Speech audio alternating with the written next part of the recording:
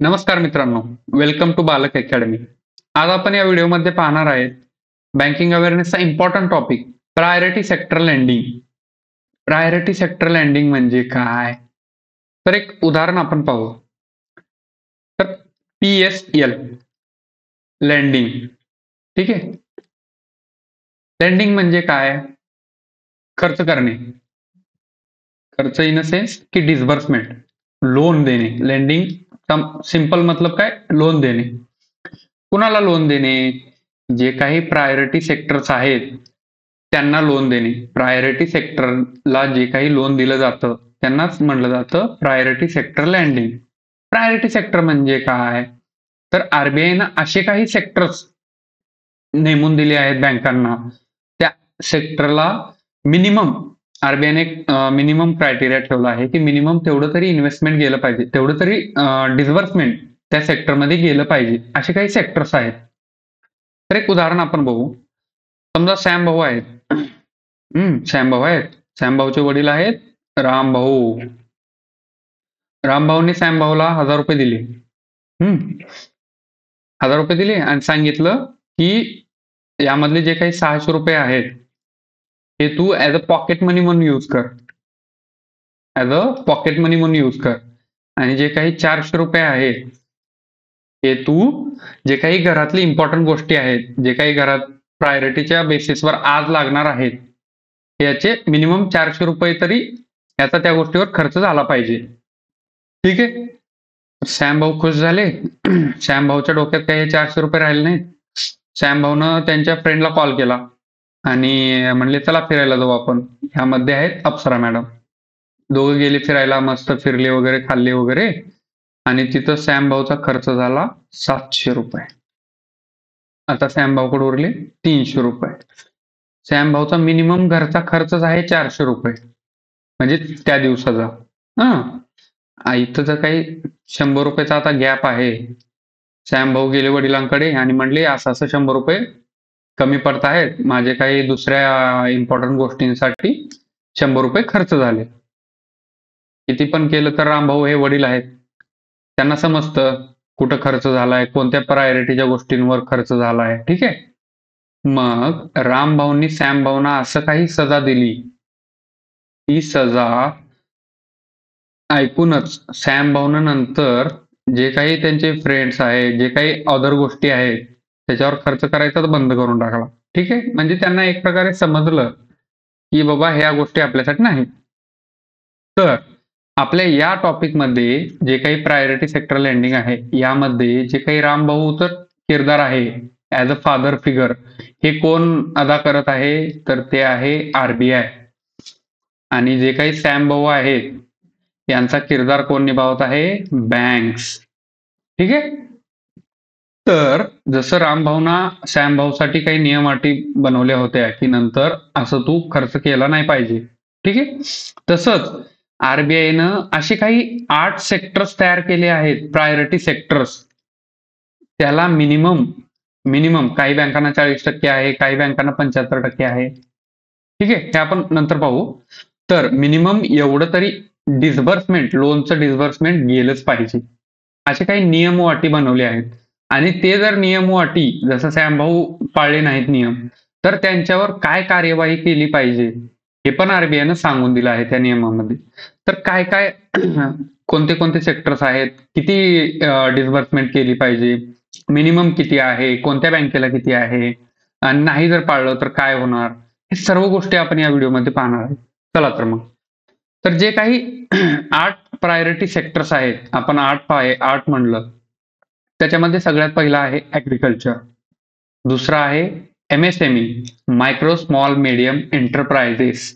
तिसरा आहे export credit, जे काही आपलं इम्पोर्ट एक्सपोर्ट होतो अदर नेशनला, ते एक्सपोर्ट क्रेडिट त्याच्यामध्ये. ठीक आहे. म्हणजे त्याच्यासाठी जे काही लोन दिलं जातं ते एक्सपोर्ट क्रेडिट. चौथा आहे एज्युकेशन. पाचवा आहे हाऊसिंग. सहावा आहे सोशल इन्फ्रास्ट्रक्चर. सोशल इन्फ्रास्ट्रक्चर म्हणजे काय? तर एक उदाहरणार्थ पहा, जे काही प्रधानमंत्री ग्राम सडक योजना आहे, प्रधानमंत्री ग्राम सडक योजना आहे, ते एक सोशल इन्फ्रास्ट्रक्चर म्हणजे जे काही रुरल रुरल एरियातलं जे काही इन्फ्रास्ट्रक्चर डेव्हलप केलं जातं ते सोशल इन्फ्रास्ट्रक्चर मध्ये येतं. आहे रिन्युएबल एनर्जी. 7 नंबरला आहे रिन्युएबल एनर्जी. रिन्युएबल एनर्जी तर भारत देशानं म्हणजे इंडियानं आपण 2070 ला आपलं टार्गेट आहे, 2070चं टार्गेट आहे नेट झिरो व्हायचं. नेट झिरो म्हणजे जे काही आपण प्रदूषण करणार आहे ते नेट झिरो 2070 पर्यंत आपण टोटली ग्रीन एनर्जीवर शिफ्ट होणार आहे 2070 पर्यंत. ठीक आहे. तर त्या टार्गेटला अचीव्ह करण्यासाठी किंवा जे काही आपलं ग्रीन हाऊस गॅसेस इमिट न होण्यासाठी आपल्याला प्रायोरिटी बेसिसवर रिन्युएबल एनर्जीला अंमलात आणलं पाहिजे. रिन्युएबल एनर्जीमध्ये काय येतं, जे काही आपलं सोलार पॅनल्स आहेत, सोलार एनर्जी म्हणा, विंड एनर्जी म्हणा, असे काही ग्रीन एनर्जी त्याच्यावर आपल्याला शिफ्ट केलं पाहिजे. मग ते काही असं तर नाही होणार. त्याच्यासाठी लोन दिलं पाहिजे. जे काही बँक्स आहेत, ते जे काही लोक आहेत त्यांना लोन दिलं पाहिजे. ठीक आहे. आणि जे काही अदर्स आहे, 8वं जे सेक्टर आहे अदर्स, याच्यामध्ये काय काय येतं बघा. आताच आरबीआयने याच्यामध्ये जे काही स्टार्टअप्स आहेत, स्टार्टअप्स त्यांना ऍड केलं आहे. त्यांना लोनची गरज असते, बरोबर. जे काही विकर सेक्शन्स आहेत, विकर सेक्शन्स त्यांना ते अदर्स मध्ये येतात. विकर सेक्शन्स मध्ये कोण, SC, ST, जे काही वुमेन आहेत, वुमेन एंटरप्रेन्युअर, हा ती एक्सेट्रा गोष्टी ह्या अदर्स मध्ये येतात. जे काही सेल्फ हेल्प ग्रुप असतात पहा, women self help group, women self help group, SHG जे काही आहेत हे अदर्स मध्ये येतात. ठीक आहे. तर हे होते 8 प्रायोरिटी सेक्टर जे की आरबीआयनं नेमून दिलं आहे. या 8 सेक्टरला मिनिमम तुमच्या जे काही वर्षामध्ये तुम्ही लोन देणार आहे, मिनिमम जे काही प्रत्येक बँकेला वेगवेगळं आहे, बँकेला मिनिमम एवढं तर गेलं पाहिजे. तर ते किती आहे, काय आहे ते आपण पाहू. तर किती आहे पाहण्याच्या आधी जे काही MSME आहे, मायक्रो स्मॉल मीडियम एंटरप्राइजेस, त्याला आपण कसं ओळखलं, कसं कॅटेगराईज केलं जातं, कोणती कंपनी मायक्रो आहे, कोणती कंपनी स्मॉल आहे आणि कोणती कंपनी जी काही आहे मीडियम आहे, ते आपण कशावरून ठरवतो. तर समजा आता हे आहे मायक्रो. तर असं कंपनी त्यांचं इन्व्हेस्टमेंट 1 करोडच्या मध्ये आहे आणि त्यांचा जो काही टर्नओव्हर आहे तो 5 CRच्या आत आहे. समजलं. इथं पहा, मायक्रो एंटरप्राइजेस मध्ये कोण येतं, त्यांची इन्व्हेस्टमेंट 1 करोडच्या मध्ये आहे आणि त्यांचं जे काही अॅन्युअल टर्नओव्हर म्हणजे काय, उत्पन्न, जे काही वार्षिक उत्पन्न आहे ते 5 करोडच्या आत आहे. ठीक आहे.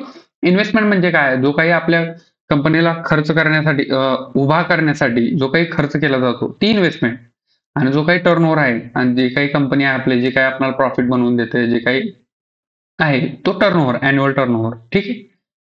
आणि जे काही आता मायक्रो झालं, त्याच्यानंतर आहे स्मॉल एंटरप्राइजेस कुणाला म्हणलं जातं, इन्व्हेस्टमेंट आणि टर्नओव्हरच्या डेफिनेशन नुसार आपण हे ठरवतो. ठीक आहे. तर ज्या एंटिटीची इन्व्हेस्टमेंट ही 10 करोडच्या मध्ये आहे, 10 करोड 10 CR च्या आत आहे आणि त्यांचं जो काही अॅन्युअल उत्पन्न आहे, वार्षिक उत्पन्न जे आहे ते आहे 50 करोडच्या आत, 10 करोडच्या मध्ये इन्व्हेस्टमेंट, 50 करोड पर्यंत जे काही टर्नओव्हर आहे त्यांचं, ते येतात स्मॉल एंटरप्राइजेस मध्ये. ठीक आहे. स्मॉल एंटरप्राइजेस मध्ये. आणि जे काही मीडियम एंटरप्राइजेस, इथं पहा मायक्रो, स्मॉल आणि मीडियम, जे काही मीडियम एंटरप्राइजेस आहेत ते कशामध्ये येतात, ज्यांचं इन्व्हेस्टमेंट हे 50 CRच्या आत आहे आणि त्यांचा टर्नओव्हर हा आहे 250 CRच्या आत, म्हणजे 250 CR पर्यंत आहे, हे येतात medium enterprises. I hope MSME म्हणजे काय हे इन्व्हेस्टमेंट आणि टर्नओव्हरच्या ह्याच्यानं तुम्हाला समजलं असेल. तर आरबीआयनं काही रूल बनवले आहेत, ते आपण रूल पाहू. ठीक आहे. म्हणजे कोणत्या बँकेला किती टक्के जे काही आहे PSL टार्गेट आहे ते आपण पाहू. तर सगळ्यात पहिलं आहे कमर्शियल बँक्स. कमर्शियल बँक्स मध्ये कोण कोण येतं, पब्लिक सेक्टर बँक, जसं की बँक ऑफ महाराष्ट्र, जे काही SBI आपली, युनियन बँक जे काही आहे, आणि दुसरे आहेत प्रायव्हेट बँक, हे कमर्शियल बँकेमध्ये. ठीक आहे. आणि या रूल नंबर 1 मध्ये आरबीआयनं अशा फॉरेन बँक्स, जे काही आपल्या देशामध्ये फॉरेन बँक्स आता वर्क करत आहेत, अशा फॉरेन बँक्स ज्यांच्या की ब्रांचेस मिनिमम 20 पेक्षा जास्त अशा काही फॉरेन बँक्स आहेत, त्यांच्यासाठी एक रूल आहे. तर त्यांच्यासाठी एक टार्गेट आहे प्रायोरिटी सेक्टरचं. तर ते काय आहे, किती आहे ते आपण पाहू. तर जे काही कमर्शियल बँक्स आणि जे काही फॉरेन बँक्स आहेत, त्यांचं मिनिमम 20 ब्रांचेस और 20 प्लस ज्या फॉरेन बँक्स आहेत, त्यांच्यासाठी हे PSL टार्गेट आहे. पहिल्या रूलमध्ये तर त्यांच्यासाठी किती टार्गेट आहे?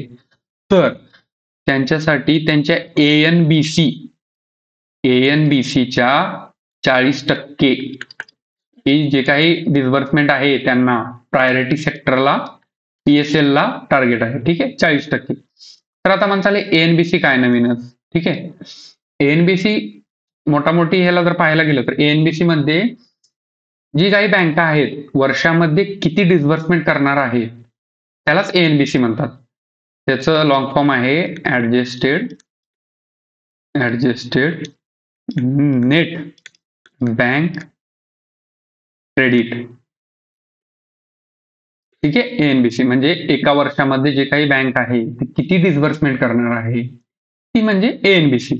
तर जे काही वार्षिक डिस्बर्समेंट बँक करणार आहे त्याच्या 40% ही प्रायोरिटी सेक्टरला गेलंच पाहिजे. मिनिमम 40%. तुम्ही जास्त पण देऊ शकता पण कमी नाही देऊ शकत. ठीक आहे, कमी दिलं तर जसं काही रामभाऊना सजा दिलं होतं तसं RBI काही सजा देतं. जे काही सजा आहे ते आपण पाहू नंतर. ठीक आहे, तर मिनिमम 40% टार्गेट आहे. ठीक आहे, तर 40% मधलं पण बायफर्केशन पहा. 40% म्हणजे जे काही 8 सेक्टर आहे त्याला धडाम 40% नाही द्यायचं. तर 40% मधलं पण जे काही ऍग्रिकल्चर आहे, ऍग्री याला आहे 18%. या 40% मधला 18% ऍग्रिकल्चरला गेलं. जे काही 12% आहेत याच्यामधलं ते आहे वीकर सेक्शन. आताच आपण पाहिलं वीकर सेक्शन मध्ये SC, ST, विमेन एंटरप्रेन्युअर जे काही आहेत हे वीकर सेक्शन मध्ये त्यांना 12% हे लेंडिंग गेलं पाहिजे. आणि जे काही 7.5% आहे याच्यामध्ये 7.5% जे आहे ते गेलं पाहिजे MSMEला. MSME म्हणजे मायक्रो स्मॉल मीडियम एंटरप्राइजेस, त्यांना 7.5% गेलं पाहिजे. तर याच्या व्यतिरिक्त जे काही ज्या 40% मधलं उरल ते बाकीचे काही सेक्टर्स आहेत त्यांना तुम्ही देऊ शकता. पण मिनिमम 40% हे प्रायोरिटी सेक्टरला गेलं पाहिजे. त्याच्यामधलं पण 18% ऍग्रिकल्चरसाठी, 12% विकर सेक्शनसाठी आणि 7.5% हे आहे MSME साठी. त्याच्यामध्ये पण बायफर्केशन आहे. जे काही 18% आहेत, 18% जे काही आहेत ऍग्रिकल्चर मधले जे काही 18% आहेत त्याच्यातले जे काही 10% आहेत ते गेले पाहिजे स्मॉल फार्मर्स और मार्जिनल फार्मर. स्मॉल फार्मर्स म्हणजे मिनिमम ज्यांचं काही 1 हेक्टर पर्यंत ज्यांचं काही लँड आहे, म्हणजे 2.5 एकर पर्यंत ज्यांचं काही लँड आहे ते स्मॉल फार्मर्स मध्ये येतात. जे काही मोठे किसान येतात ते 2 हेक्टरच्या वर जे काही आहे ज्यांच्याकडे लँड होल्डिंग ते मोठे किसान म्हणून म्हणजे काही त्याच्यामध्ये येतात ते. तर हे जे काही 10% आहे हे स्मॉल फार्मर्सला गेलं पाहिजे प्रायोरिटी सेक्टरमध्ये. आणि जे काही उरलेले 8% आहेत हे मग तुम्ही अदर जे काही फार्मर्स आहेत हे त्यांना तुम्ही देऊ शकता. ठीक आहे, तर इथं चार्ट नुसार पहा 40%चं टार्गेट आहे. कुणाला आहे? कमर्शियल बँक्स आणि अशा फॉरेन बँक्स ज्यांच्या आपल्या देशामध्ये ब्रांचेस हे 20 और 20 पेक्षा जास्त आहेत त्यांच्यासाठी हे टार्गेट आहे. त्यांच्यासाठी टार्गेट किती आहे? 40% प्रायोरिटी सेक्टरला गेलं पाहिजे. त्याच्यामधलं पण जे काही 18% आहे हे ऍग्रिकल्चरसाठी गेलं पाहिजे. त्या 18% मधलं पण जे काही 10% आहे ते स्मॉल फार्मर आणि मार्जिनल फार्मर यांच्यासाठी गेलं पाहिजे. आणि जे काही 8% आहे हे जे काही 8% आहे हे मग तुम्ही अदर जे काही फार्मर्स आहेत त्यांना देऊ शकता. या 40% मधलं 12% बघा, आपण आत्ताच पाहिलं 12% हे कुणाला गेलं पाहिजे? जे काही वीकर सेक्शन्स आहेत त्यांच्यासाठी, वीकर सेक्शनसाठी. आणि जे काही 7.5% आहेत हे गेलं पाहिजे MSME साठी. आय होप हे जे काही 40% बायफर्केशन आहे तुम्हाला समजलं असेल. ठीक आहे. तर समजा आता एसबीआय आहे समजा, एका वर्षामध्ये त्यांनी म्हणलं की आम्ही 1,000 करोड, ठीक आहे, 1,000 करोड एवढं लोन देणार आहे. सगळंच 1,000 करोड. तर समजा एसबीआय आहे, त्यांचं टार्गेट आहे 1,000 करोड एवढं लोन डिस्बर्स करायचं त्या वर्षामध्ये, फायनान्शियल इयरमध्ये. मग यांच्यासाठी आरबीआयचं टार्गेट काय झालं 40%नुसार प्रायोरिटी सेक्टरसाठी? हे झालं 400 CR, बरोबर. तर आता समजा एसबीआयनं 1,000 करोडचं टार्गेट ठरवलं होतं, त्याच्यामधलं प्रायोरिटी सेक्टरला किती गेलं 400 करोड, म्हणजे 40%. तर एसबीआयनं काय केलं, जे काही 400 करोडचं टार्गेट आहे त्याला अचिव्हच नाही केलं. समजा प्रायोरिटी सेक्टरला गेले 300 करोड, ठीक आहे, एसबीआयचं जे काही टार्गेट होतं ते अचिव्ह नाही केले. मग आता हे जे काही 100 करोडचा डिफरन्स आहे, हे 100 करोड, याला सगळ्यात महत्वाचं म्हणलं काय जातं, तर याला म्हणलं जातं शॉर्टफॉल अमाऊंट. शॉर्टफॉल अमाऊंट याला म्हणलं जातं शॉर्टफॉल अमाऊंट. सॉरी. मग हे जे काही 100 करोड शॉर्टफॉल अमाऊंट आहे, हे एसबीआय कुठून रिकव्हर करणार? मग आता जे काही हे 100 करोड आहे, आरबीआय त्याला ऍज अ पेनल्टी म्हणून ग्राह्य धरलं जाईल. जे काही 100 करोडचा शॉर्टफॉल आहे, शॉर्टफॉल, हे आरबीआय त्यांना ऍज अ पेनल्टी म्हणून चार्ज करते. किती? 100 करोड. आणि हे जे काही 100 करोड आहेत, 100 करोड, लक्ष द्या, हे कुठं जातात? RIDF. तर हे RIDF म्हणजे काय? तर RIDFचा लॉंग फॉर्म आहे रुरल इन्फ्रास्ट्रक्चर डेव्हलपमेंट फंड. हे जे काही शॉर्टफॉल अमाऊंट आहे बँकेचा, जे प्रायोरिटी सेक्टरमध्ये गेला नाही, हा जो शॉर्टफॉल अमाऊंट आहे ऍज अ पेनल्टी म्हणून तो कुठे जमा केला जातो? Rural infrastructure development fund, RIDF. आणि सगळ्यात महत्वाचं, या फंडला मॅनेज कोण करतं? नाबार्ड. ठीक आहे, या फंडला मॅनेज कोण केलं जातं? नाबार्ड. समजलं असेल. तर इथं तुम्हाला समजलं असेल बघा, 40% टार्गेट आहे.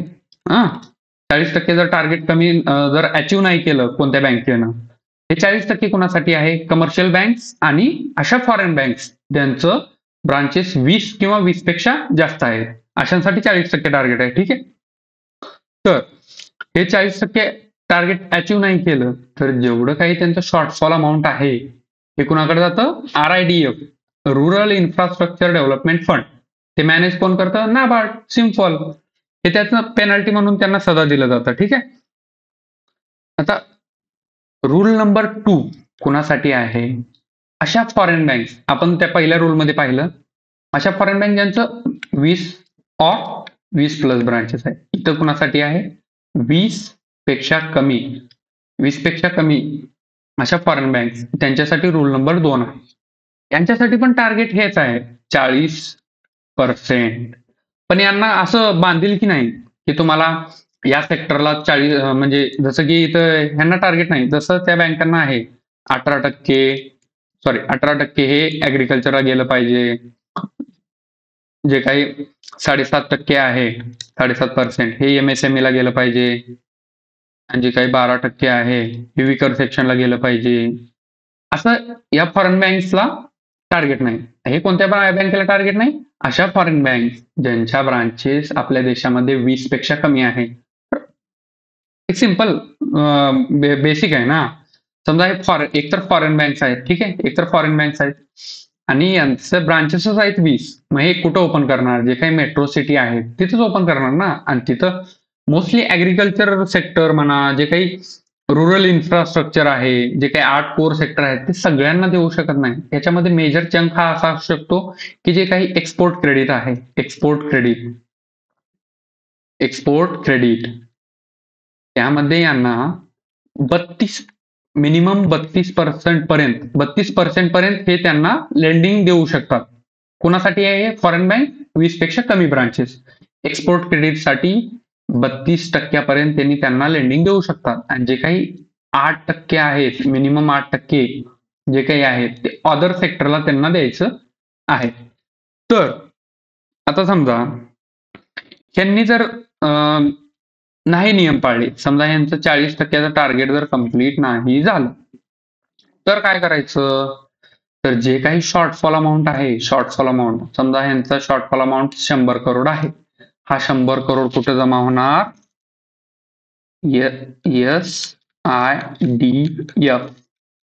SIDF जे काही हे आहे त्यांच्याकडे जमा होणार. SIDF म्हणजे काय? तर SIDF म्हणजे स्मॉल इंडस्ट्रीज डेव्हलपमेंट फंड यांच्याकडं तो जमा होतो. आणि नावावरून तुम्हाला समजला असेल, हा जो काही फंड आहे तो कोण मॅनेज केलं जातं? Manage by SIDBI. ठीक आहे. हे जे काही शॉर्टफॉल अमाऊंट आहे ऍज अ पेनल्टी म्हणून कुणाकडे जातं? सिडबीकडे. सिडबी हा फंड मॅनेज करतो, small industry development fund, SIDF. ठीक आहे. हे कुणासाठी आहे? अशा फॉरेन बँक ज्यांच्या की ब्रांचेस 20 पेक्षा कमी आहेत. ठीक आहे. आता सगळ्यात मेन इम्पॉर्टंट म्हणजे RRB आणि जे काही अदर बँक्स आहेत RRB. तर आपण यामध्ये इम्पॉर्टंट बघू, RRB ला काय टार्गेट आहे. ठीक आहे. तर जसं कमर्शियल बँकेला होतं आणि फॉरेन बँक्सना होतं 40%, बरोबर? तसंच RRBना इथे किती आहे? 40% नसून प्रायोरिटी सेक्टरचं टार्गेट आहे 75%. ठीक आहे. 75%.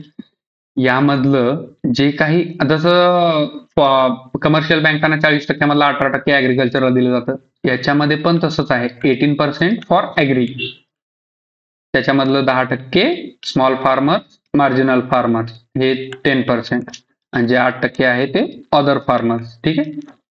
8%. ठीक आहे. आणि त्याच्यामध्ये डिफरन्स काय माहितीये का? जो काही MSME सेक्टर आहे, MSME, त्यांना पण याच्यामध्ये 7.5%च आहे. पण मेन जो काही डिफरन्स आहे तो आहे विकर सेक्शनचा.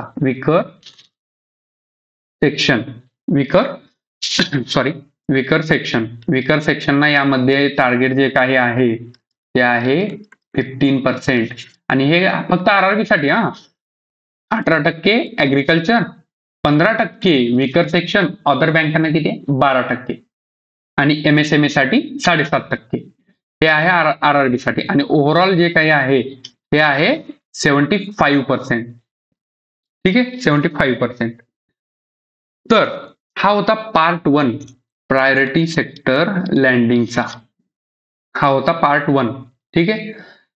तर यामध्ये आपण पाहिलं पर्सेंटेज वाईज कोणत्या बँकेला किती डिस्बर्समेंट, किती लेंडिंगचं परमिशन RBIने दिलेलं आहे, मिनिमम किती टार्गेट आहे, ते अचीव्ह नाही केलं तर कुण्या फंडकडे ते जमा होतं, हे सर्व काही आपण या व्हिडिओमध्ये बघितलं. याच्यानंतर आपण जे काही प्रायोरिटी सेक्टरचे लिमिट्स आहेत, कोणत्या सेक्टरला किती दिलं पाहिजे, जे काही एज्युकेशन सेक्टर आहे समजा, जे काही हाऊसिंग आहे, या अनेक सेक्टरसाठी काही टार्गेट ठेवलेले आहेत. मिनिमम एवढं, मॅक्झिमम एवढं तुम्ही लोन देऊ शकता. ते नाही दिलं तर जसं इथं ऍज अ फंड म्हणून, ऍज अ पेनल्टी म्हणून, जसं RIDF जे काही फंड मॅनेजर आहेत त्यांच्याकडे जसं जमा होतं, तर बँकांना ते जर मान्य नसेल, दुसरा काय ऑप्शन आहे, तिसरा काय ऑप्शन आहे, कोलेंडिंग म्हणजे काय, महत्वाचं म्हणजे कोलेंडिंग म्हणजे काय, हे सर्व काही आपण सेकंड पार्टमध्ये पाहणार आहोत. ठीक आहे. तर इथपर्यंत जर काही डाऊट्स असतील तर कमेंट सेक्शन मध्ये कळवा. ते डाऊट्स आपण सेकंड पार्टमध्ये त्याचं क्लिअर करू. ठीक आहे. व्हिडिओ आवडला असेल लाईक करा, शेअर करा आणि सबस्क्राईब करा चॅनलला. धन्यवाद.